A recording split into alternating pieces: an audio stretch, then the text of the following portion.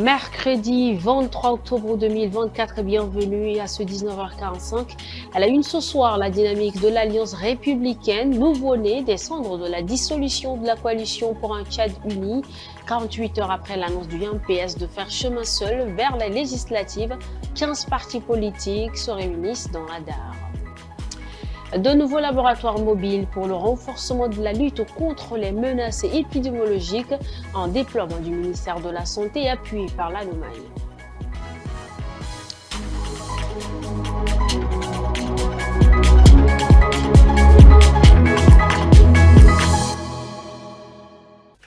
Une fois de plus, bonsoir. Après la décision du mouvement patriotique du salut MPS d'aller aux prochaines élections seuls, sans la coalition pour un Tchad uni, une quinzaine de partis politiques réunis sous le nom de la dynamique de l'Alliance républicaine, en abrégé DAR, décide de former une coalition pour pouvoir réfléchir sur les possibilités de se présenter à ces futures échéances électorales, car, disent-ils, dans le contexte des élections au Tchad, il est très difficile pour un seul parti de faire cavalier seul, quelle que soit la taille de ce parti.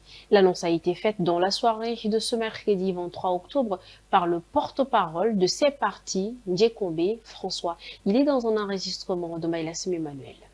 Pour ne pas faire cavalier seul, nous sommes obligés de nous battre. Parce que vous savez que si vous ne vous battez pas politiquement, vous êtes mort. Et si vous ne vous battez pas politiquement, vous allez également vous faire écraser. C'est la raison principale qui nous a conduit à mettre sur pied la DAR. La DAR va donc se souder les coudes. Et si nous décidons d'aller à ces élections du 29 décembre prochain, nous allons donc nous concerter au cas par cas, dans la mesure du possible. S'il y a un membre de la DAR qui a déjà une liste complète dans un département donné, dans une commune donnée, il n'y a pas de problème. Les agents du Centre de contrôle de qualité des denrées alimentaires SECOGDA sont désormais installés au port sec de Nguéli et à l'aéroport international Hassan Diamous de N'Djamena.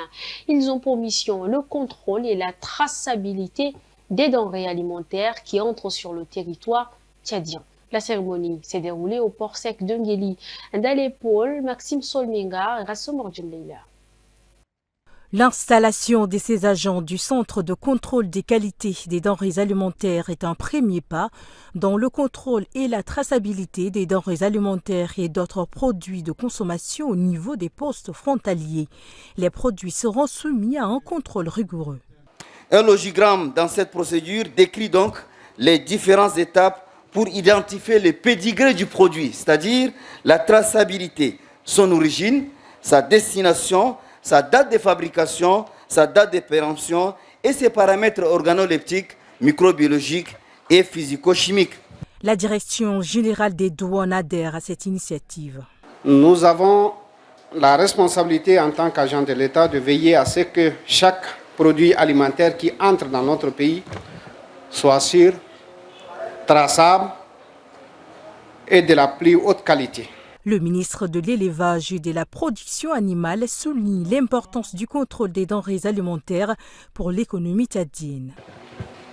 Il est impérieux de rappeler qu'avec la mise en place du processus de la zone libre d'échange continentale africaine et les CAF, les marchés seront complexes et très compétitifs et l'échange des biens et des services sera fortement tributaire de la confiance. Le Conseil national des importateurs, investisseurs tchadiens et exportateurs appelle les autorités à ne pas amputer aux opérateurs économiques le coût du contrôle des denrées alimentaires et à veiller pour ne pas que cette démarche alourdisse les opérations.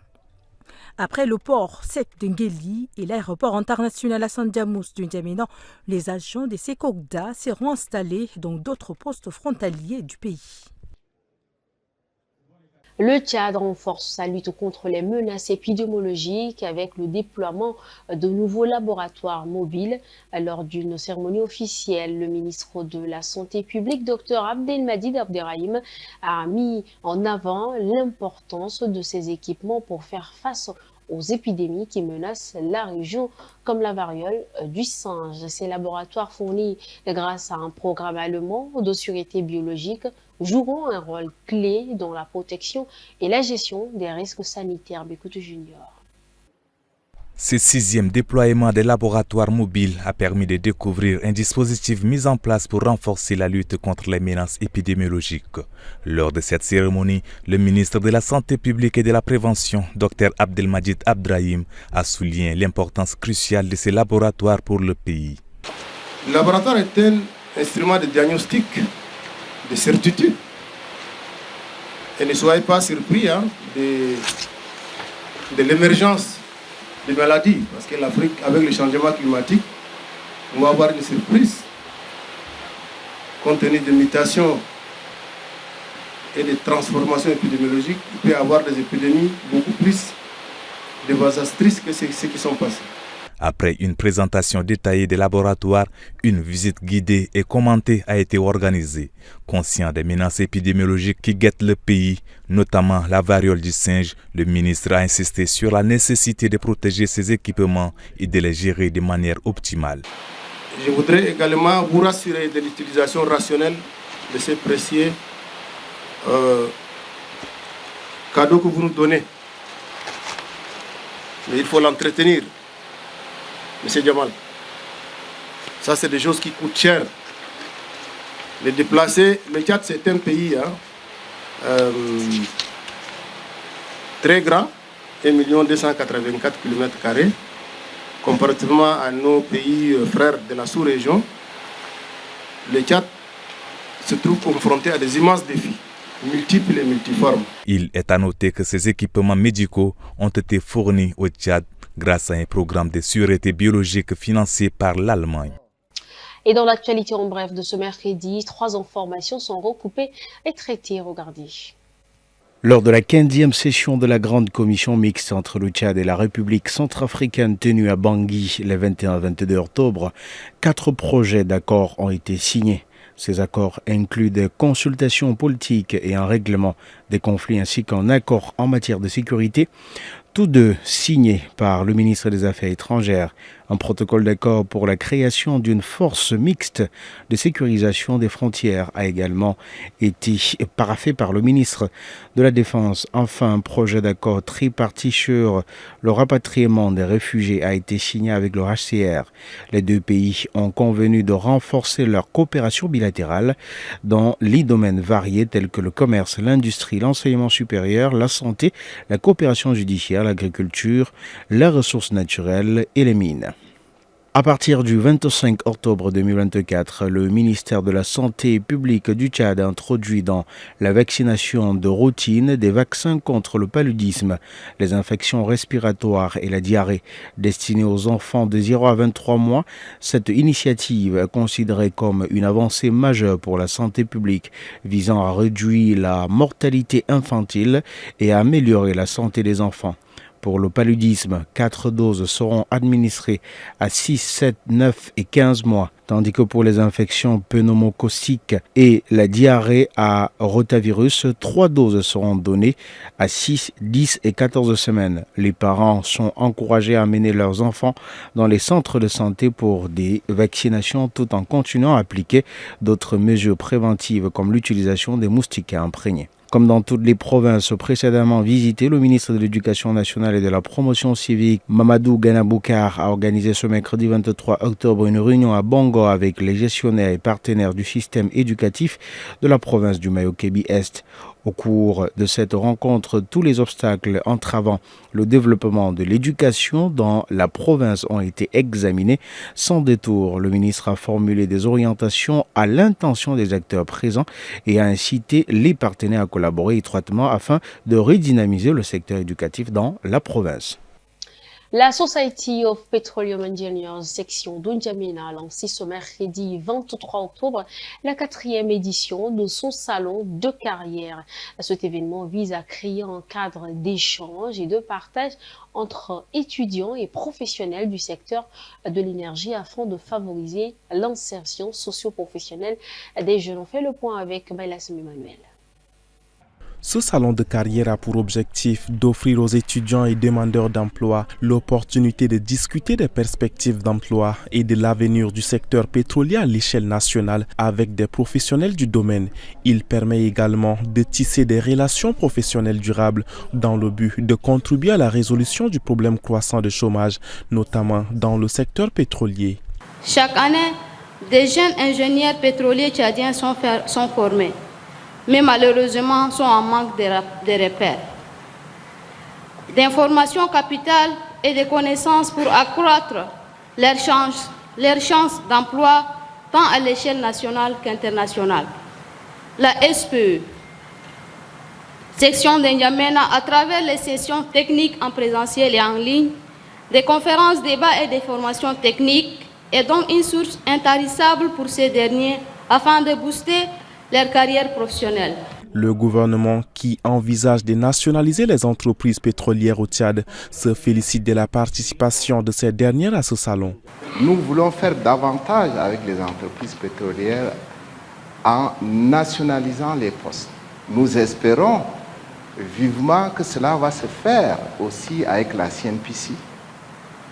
Au fil du temps, nous espérons que des postes de directeurs techniques, des postes de managers seront aussi occupés par des nationaux. La Society of Petroleum Engineers est une plateforme internationale qui regroupe plusieurs jeunes professionnels du secteur pétrolier et gazier et forme ceux qui aspirent à une carrière dans le domaine énergétique. Emmanuel, sous les images d'Aliou Thiam, en prélude de la commémoration de la Journée des Nations Unies, célébrée chaque 24 octobre de l'année, l'Organisation des Nations Unies pour l'alimentation et l'agriculture FAO a lancé les activités commémoratives de cette journée ce mercredi dans le 9e arrondissement où les habitants de ce quartier font face à des inondations sans précédent à Bibangini. Munis de pelles, de pioches et de sacs, les habitants du quartier Ngeli tentent de renforcer la berge du fleuve qui les menace. Ce matin, en appuyant le projet de renforcement de la résilience des ménages exposés au risque d'inondation fluviale dans la ville de N'Djamena, plusieurs organisations des Nations Unies se sont rendues sur place pour joindre leurs efforts à ceux de la population afin de stopper l'avancée des eaux. Cette initiative s'inscrit dans le cadre des activités commémoratives de la Journée des Nations Unies. Le contexte des effets inattendus des inondations de cette année, ainsi que la dédicace de cette journée, pour que, ensemble, nous relevons le défi de l'avenir pour un monde prospère au-delà de 2030. Faisant, nous pousse à joindre ensemble la force de nos bras à ceux de la population de Ngeli pour stopper l'avancée de la crue ayant déjà englouti nos aires de culture et menaçant dangereusement nos habitations, nos moyens d'existence et nos vies. Créée en 1945, l'Organisation des Nations Unies permet aux pays de s'unir pour trouver des solutions mondiales aux problèmes globaux. Merci Abiba, merci à toute l'équipe de la rédaction. Ainsi s'achève cette édition. Merci à vous chers téléspectateurs de l'avoir suivi. Bonsoir.